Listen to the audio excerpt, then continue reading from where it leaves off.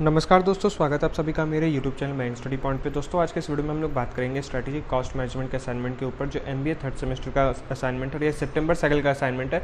और ये असाइनमेंट जो है MBA फाइनेंस वालों का है, बैंकिंग एंड फाइनेंस के भी आ सकते हैं उसमें, और बिजनेस मैनेजमेंट में भी एक सब्जेक्ट आता है स्ट्रेटेजिक कॉस्ट मैनेजमेंट, उसके अंदर भी ये आप उसके लिए प्रिपेयर कर सकते हो। तो ये 3 अलग अलग स्पेशलाइजेशन का सेम सब्जेक्ट का असाइनमेंट है। तो दोस्तों असाइनमेंट सॉल्व करने से पहले मैं आपको असाइनमेंट के कुछ गाइडलाइन बता देना चाहता हूँ जो आपके NMIMS ने आपके ऊपर बनाकर दिए हैं। पहला तो ये कि आप अपना असाइनमेंट 0% कॉपी फ्री बनाइए। आपके असाइनमेंट में 1% का भी कॉपी आता है तो आपको कॉपी केस मिल जाएगा। आप अपने असाइनमेंट में किसी तरह का पिक्चर यूज़ मत कीजिए, और अगर कोई पिक्चर यूज़ कर रहे हो तो नॉन कॉपीराइट पिक्चर यूज़ कीजिए।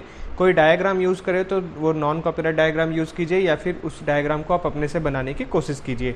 दूसरा कि आप लोग अपने असाइनमेंट में जो फॉन्ट यूज़ करें वो टाइम्स न्यू रोमन या फिर एरियल का होना चाहिए, जिसका फॉन्ट साइज 12 होना चाहिए। आप लोग सेंटेंस गैप में 1.5 दे सकते हो, और सेंटेंस को हाईलाइट करने के लिए इसे बोल्ड कर सकते हो, किसी कलर का यूज़ मत कीजिएगा। अब बात करते हैं कि हम लोग पेज लेआउट कौन सा रखेंगे। तो काफ़ी बच्चे डिफ़ॉल्ट पेज लेआउट रख देते हैं, लेकिन अगर आपको अच्छा से दिखाना अपना असाइनमेंट 12 फॉन्ट साइज़ में, तो आप नैरो रखिए। अपना पेज लेआउट को नैरो साइज़ में कर दीजिए, जिसका मार्जिन एकदम नैरो में होता है, और उसमें अपने असाइनमेंट को लिखिए, अपने आंसर्स को उसमें लिखिए, आपका आंसर अच्छा प्रेजेंट होगा। अब बात करते हैं किस तरीके से हम लोग आंसर लिखें ताकि हम लोग अच्छा स्कोर कर सके और वो देखने में भी अच्छे लगे। तो आपको एक आंसर पैटर्न फॉलो करना होगा, जहाँ पे आपको इंट्रोडक्शन, बॉडी एंड कॉन्सेप्ट और कंक्लूजन का यूज़ करना होगा। आप अगर थ्योरी पार्ट लिख रहे हो तो इंट्रोडक्शन, बॉडी एंड कॉन्सेप्ट और कंक्लूजन लिखिए, और अगर न्यूमेरिकल लिख रहे हो तो इंट्रोडक्शन, कैलकुलेशन और कंक्लूजन लिखिए। इस पार्ट में आप, इस पैटर्न में आप अपने आंसर्स को लिखोगे तो आपके लिए काफ़ी फ़ायदेमंद रह सकता है। दूसरा कि आप अगर बात करें कि 10 मार्क्स के लिए कितना वर्ड मैक्सिमम हम लोग लिखे और मिनिमम कितना लिखे, और 5 मार्क्स के लिए कितना मैक्सिमम और कितना मिनिमम लिखे, क्योंकि वर्ड लिमिट 1000 नंबर दिया हुआ है। तो वहाँ पे आप वर्ड लिमिट में आप लोग 1100 वर्ड मैक्सिमम लिख सकते हैं और 900 वर्ड मिनिमम लिखिए। उससे कम भी लिख सकते हो, लेकिन उससे कम लिखोगे तो ऑब्वियसली आपको नंबर बहुत कम मिलने लगेगा। तो अगर 1100 या फिर 900 प्लस लिखते हो तो आपको 8-9 ऐसे मिल सकता है। वही अगर 500 वर्ड के लिए जाते हो तो आप लोग 450 वर्ड मिनिमम लिखिए और 550 वर्ड मैक्सिमम लिखिए। उससे ज़्यादा मत लिखिए, क्योंकि अगर 550 से ज़्यादा लिख दोगे तो आपका आंसर में भी चेक ना हो। तो इन सभी बातों का ध्यान में रखते हुए आपको आंसर्स लिखने हैं। अब काफ़ी सारे स्टूडेंट्स का क्वेश्चन ये होता है कि हम लोग क्या सिर्फ बुक से ही आंसर लिखेंगे या फिर बाहर से भी लिख सकते हैं। तो आप लोग कहीं से भी आंसर लिख सकते हो, गूगल से, बुक से, चैट जीपीटी से, लेकिन आपको चैट जीपीटी पे पूरा रिलाई नहीं करना। काफ़ी सारे स्टूडेंट्स मुझको मैसेज कहते हैं कि सर मैं तो चैट जीपीटी से आंसर लिख लूँगा।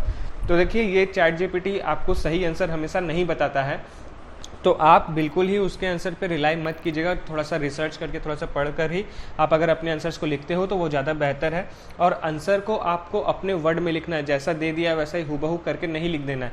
अगर हुबहू लिखोगे तो आपको 100% कॉपी केस मिलेगा, क्योंकि आप इकलौते पर्सन नहीं होंगे जो आप चैट जीपीटी का यूज़ कर रहे हो या गूगल का यूज़ कर रहे हो या फिर बुक का यूज़ कर रहे हो। यहाँ पे हज़ारों की संख्या में स्टूडेंट्स देते हैं पेपर, असाइनमेंट प्रिपेयर करते हैं, तो हर कोई वहाँ से करता होगा। तो आप लोग जो भी मेरे वीडियोज़ को देख रहे हो, और मैं चाहता हूँ कि ये हर बच्चा देखे जो NMIMS में एनरोल कर रहा है और अपना असाइनमेंट प्रिपेयर कर रहा है, हर एक बच्चा देखे। तो आप लोग अपने आंसर्स को अपने वर्ड में लिखिए, उससे पहले पढ़िए, समझिए और उसके बाद अपने वर्ड में लिखिए। दोस्तों कुछ आंसर्स आपको डायरेक्टली बुक से नहीं मिलते हैं, तो कुछ आपको गूगल करना पड़ता है, और कुछ सेल्फ लर्निंग भी करना पड़ता है, और कुछ चीज़ होता है जो आपको आपके पास्ट एजुकेशनल लाइफ पे आपको पढ़ने को मिला होगा या सीखने को मिला होगा, जैसे ग्रेजुएशन के टाइम पे, 11-12 के टाइम पे।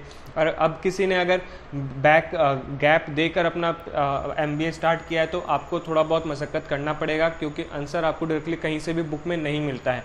मतलब बहुत टाइम पे ऐसे क्वेश्चंस आ जाते हैं जो बुक से रिलेट ही नहीं कर रहे होते हैं, तो आपको थोड़ा सा उस पर रिसर्च भी करना पड़ेगा। तो इन सभी को ध्यान में रखते हुए आपको अपने आंसर्स को लिखना है। तो ये बहुत सारी बातें हो गई। अब हम लोग चलते हैं अपने पहले क्वेश्चन की तरफ। तो दोस्तों पहला क्वेश्चन, यहाँ पे आपको बस मैं थ्योरी पार्ट लिख कर दे दिया, लेकिन इसका जो एक्चुअल क्वेश्चन है वो आपके क्वेश्चन पेपर में आपको दिख रहा होगा। एक डेटा दिया हुआ है जिसमें आपको ये कैलकुलेट करके बताना है, ये डिसीजन देना है कि कौन से स्टॉक्स पे इन्वेस्टमेंट किया जाए। तो यहाँ पे सिनारियो ये है कि Siya had a surplus of ₹1 lakh. Siya के पास 1 लाख रुपए हैं, which she wanted to invest in the equity of stock market, जो वो 1 लाख रुपए इक्विटी स्टॉक मार्केट में इन्वेस्ट करना चाहती है। She was consider 3 stocks of 3 companies, जिसने सिया ने 3 कंपनीज ऑफ स्टॉक्स को आइडेंटिफाई किया है, कंसिडर किया है कि उन तीनों में से किसी एक में वो इन्वेस्टमेंट करेगी। Which the following information is available, जो आपके क्वेश्चन पेपर में एक इन्फॉर्मेशन दिया हुआ है। Analyse the information and help Siya take her call. आपको वो इन्फॉर्मेशन को एनालिसिस करना है, साथ में आपको सिया को ये बताना है कि वो कौन से कंपनी में इन्वेस्ट करे और क्यों करे। Explain the basis of your decision, क्यों करे ये एक्सप्लेन करके आपको बताना है with the help of financial ratios. आपको फिनेंशियल रेशियोज का हेल्प लेते हुए ये चीज़ बताना है। तो दोस्तों सबसे पहली बात तो ये मैंने बुक में काफ़ी ढूंढा तो मुझको प्रॉपरली बुक का वो आंसर सेटिस्फाइड नहीं हुआ जो मैंने आपको यहाँ पे पेज नंबर बताया है। इससे मैं प्रॉपरली सेटिस्फाइड नहीं हूँ, लेकिन फिर भी आप अगर कुछ हेल्प लेना चाहते हो तो इस पेज नंबर पे जाके और इस कंटेंट को आप पढ़कर अपने आंसर्स को लिख सकते हो। लेकिन इसकी कोई गारंटी नहीं है कि ये आंसर सही ही होंगे, क्योंकि बुक में मैंने 2-3 बुक्स फॉलो किए MBA के ही जो आपके NMIMS का ये, तो उसमें मुझको बहुत ज़्यादा कुछ सिमिलर नहीं मिला, जो मिल रहा था ये सिमिलर मिल रहा था। तो मैंने आपको यहाँ से बताया, लेकिन आप लोग अगर एक्सटर्नल सोर्सेज का यूज़ करके इसका आंसर अगर अच्छे से लिखते हो तो वो आपके लिए ज़्यादा अच्छा ऑप्शन रहेगा। लेकिन जिनके पास ये टाइम नहीं है और वो रिस्क लेना चाहते कि चलो एक क्वेश्चन होने से गलत हो जाएगा या फिर अगर इसी में लिखते यही सही होगा, तो आप लोग लिख सकते हो। तो यहाँ पे पेज नंबर मैंने दे रखा है 232 ई बुक में और हार्ड बुक में 228। तो हम लोग बुक में चलते हैं 232 के अंदर। तो यहाँ पे हम लोग 232 में आए, जहाँ पे आपको थोड़ा सा स्क्रॉल करने के नीचे ही यहाँ पे देखने को मिला advantage of financial ratios analysis, limitation of financial analysis.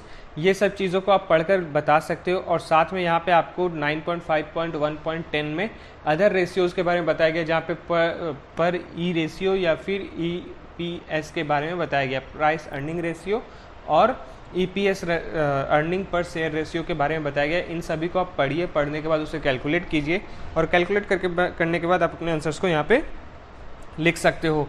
तो ये आप लिख भी सकते हो, और अगर एक्सटर्नल सोर्सेज में भी आपको यही सब सेम चीज़ मिल रहा है तो इसलिए ऑब्वियसली आप इसे लिखिए। लेकिन आपको कुछ डिफरेंट मिल रहा है तो आप ज़रूर उनके साथ जाइए, इसके साथ मत जाइए, ये मेरा सजेशन रहेगा। लेकिन अगर आप इसे लिखना चाहते हो तो आप लिख भी सकते हो, और अगर कोई आप क्वेरी करना चाहते हो तो NMIMS के पोर्टल पर जाके आप लोग इस क्वेश्चन के ऊपर क्वेरी कर सकते हो कि इसमें हम लोग को करना क्या है बेसिकली, क्योंकि ये क्वेश्चन मुझको लग रहा है कि थोड़ा सा इसमें अभी भी कुछ पॉइंट्स मिस आउट्स हैं। तो उन सब के बारे में जानने के बाद हम लोग इस आंसर्स को लिख सकते हैं। तो आपके पास 2 और 3 ऑप्शंस मैंने बताए हैं। पहले तो ये कि आप गूगल में एक बार चेक कर लो, दूसरा ये कि आप इसी पेज नंबर को रिलाई करके आंसर्स को लिख सकते हो। गलत नहीं होगा, ये गारंटी है, गलत नहीं होगा, लेकिन आपके आंसर्स थोड़े से डिफरेंस होंगे। और तीसरा कि आप एक बार NMIMS में ये क्वेरी कर लो। तो आपके पास ये 3 ऑप्शंस के हिसाब से आपको आंसर लिखने हैं। तो क्वेश्चन नंबर 1 कंप्लीट हो गया। अब हम लोग क्वेश्चन नंबर 2 में चलते हैं। क्वेश्चन नंबर 2 में आपको एक डेटा दिया है जहाँ पे ये बोला गया है कि Megha is a finance manager. Megha एक फाइनेंस मैनेजर है of Trinity Limited. Trinity Limited का फाइनेंस मैनेजर है। She was given the following information regarding one setup in her company. जो एक इन्फॉर्मेशन प्रोवाइड कर रही है एक कंपनी का सेटअप के बारे में। Sales price of the product 10,000, variable cost of the production 6,000, fixed cost of the production 2 lakh. Megha calculated the BEP for the department using CVP analysis. Megha ने उस इंफॉर्मेशन को कैलकुलेट किया BEP से, और जिस डिपार्टमेंट के लिए वो यूज़ करने वाली है वो है CVP एनालिसिस। हर मैनेजर, मतलब कि उनका मैनेजर उनसे पूछ रहा है कि why see use CVP analysis. तो उनसे ये पूछा गया कि वो CVP एनालिसिस क्यों यूज़ कर रही है।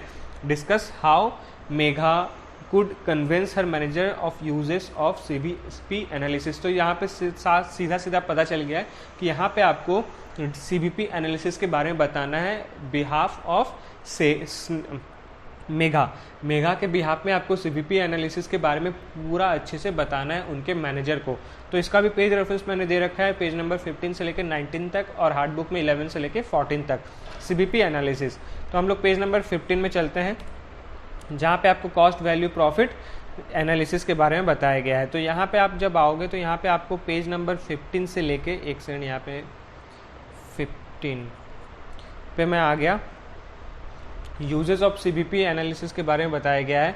तो इस पॉइंट्स को आप पढ़ने के बाद अपने आंसर्स को लिख सकते हो। 1.6 के अंदर जो है और 1.7 में CVP एनालिसिस किस तरीके से हो रहा है वो प्रोसेस भी बताया गया है। तो आप इन सब को पढ़कर अपने हिसाब से आंसर को लिख दीजिए अपने वर्ड में।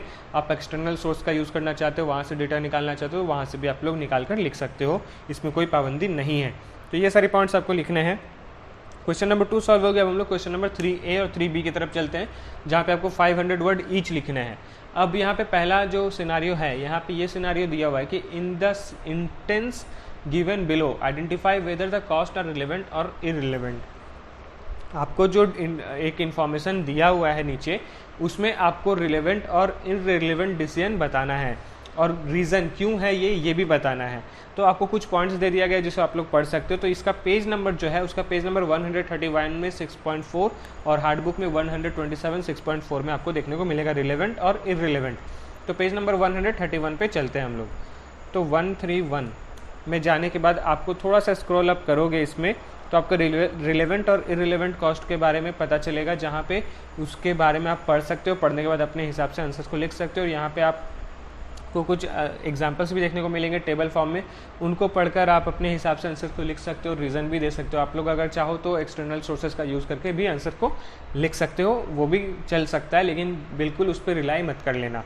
आपको अपने हिसाब से आंसर्स, अगर रीज़न आप अपने एंड से खुद से दोगे अलग से, तो वो ज़्यादा बेटर रहेगा, क्योंकि आप एक अलग चीज़ सोच रहे होंगे और दूसरा कोई अलग चीज़ सोच रहा होगा, तो आपके आंसर सिमिलर नहीं होंगे। आप 3B की तरफ चले तो 3B में आपको एक डेब्ट इक्विटी रेशियो, करंट रेशियो और क्विक रेशियो कैलकुलेट करना है, जहाँ पे आपको एक डेटा दिया हुआ है और उसके फाइंडिंग्स भी आपको बताना है। तो पेज नंबर मैंने यहाँ पे दे दिया 226, 224 और 235। तो हम लोग 224 से चलते हैं, क्योंकि ऊपर से नीचे आते हैं। 224 में हम लोग जब गए तो वहाँ पे आप लोग को पहले देखने को मिलेगा करंट रेशियो किस तरीके से कैलकुलेट करना है ये बता दिया गया। फिर उसके बाद 26 में अगर हम लोग आएंगे तो फिर हम लोग को पता चलेगा कि डेब्ट इक्विटी रेशियो हम लोग कैसे कैलकुलेट करते हैं उसके बारे में। और फिर हम लोग चलते हैं 235 में। 235 के अंदर हम लोग चलते हैं और वहाँ पे आपको क्विक रेशियो के बारे में पता चल जाएगा, फार्मूला क्या है, और उसके हिसाब से आप लोग अपने आंसर्स को लिख सकते हो। तो इन तीनों का यूज़ करके आपको, इनके डेटा को यूज़ करके आपको अपने आंसर्स को लिखना है। तो दोस्तों question number 3A and 3B हो गया यहाँ पे ख़त्म। तो दोस्तों आपको अगर ये वीडियो पसंद आई तो वीडियो को लाइक कीजिए, और चैनल पे न्यू हो तो चैनल को प्लीज़ सब्सक्राइब कीजिए, और ज़्यादा से ज़्यादा इस वीडियो को ज़्यादा से ज़्यादा लोगों तक शेयर कीजिए, क्योंकि उनको भी ये हेल्प मिले। और चैनल को सब्सक्राइब करके आप अपना एक छोटा सा एफर्ट दीजिए, क्योंकि आपका छोटा सा एफर्ट हमारे चैनल पर एक बड़ा इम्पैक्ट क्रिएट करता है। वीडियो को पूरा देख लेकर आपका बहुत बहुत धन्यवाद।